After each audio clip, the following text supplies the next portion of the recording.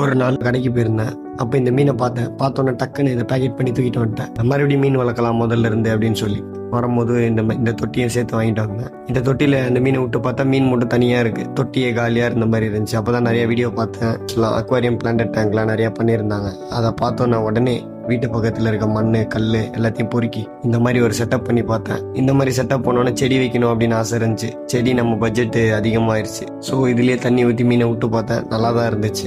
அப்புறம் ஒரு நாள் பீச் பக்கம் ஒரு வேலையாக போயிருக்கும் போது நம்ம கையில் ஒரு கட்டை ஒன்று மாட்டினாப்புல. அந்த கட்டையை பார்த்தீங்கன்னா கடல் தண்ணியில் அரிச்சு பயங்கரமாக ரெடியாக இருந்தது. எனக்காகவே செஞ்ச மாதிரி இருந்தது. ஸோ இந்த கட்டை தான் அது. தூக்கிட்டு வந்துட்டு ரெடி பண்ணி டேங்க்ல ஆட் பண்ணி பார்த்தா அவுட் புட்டு இந்த மாதிரி சூப்பராக இருந்தது. அதில் ஒரு மீனை விட்டு பார்த்தோன்னே வேற மாதிரி இருந்தது. இன்னும் இதில் கொஞ்சம் ஆட் பண்ண வேண்டியது இருக்கு. லைட்லாம் போட்டு சீக்கிரமாக அப்டேட் பண்ணுறேன். வர வீடியோஸில் நீங்கள் அதெல்லாம் பாருங்கள். அது இல்லாமல் இப்போதைக்கு இந்த ஃபுட்டும் ட்ரை வார்ம்ஸும் இதுவும் தான் யூஸ் பண்ணுறேன். வேறு என்னென்ன யூஸ் பண்ணலாம் நீங்கள் சஜஸ்ட் பண்ணுங்கள். ஃபீமேலும் நிறையா வாங்கி வச்சுருக்கேன். அதெல்லாம் இந்த வீடியோஸில் நான் போடல. அது அப்கமிங் வீடியோஸில் நான் போடுறேன். அதே மாதிரி ப்ரீடிங்கும் ஸ்டார்ட் பண்ணலான் இருக்கேன். சப்போர்ட் பண்ணுங்கள். உங்களுக்கு தெரிஞ்ச டிப்ஸ் ஏதாவது இருந்தாலும் எனக்கு சொல்லுங்கள். ரொம்ப யூஸ்ஃபுல்லாக இருக்கும். கண்டிப்பாக என்னை ஃபாலோ பண்ணிக்கோங்க.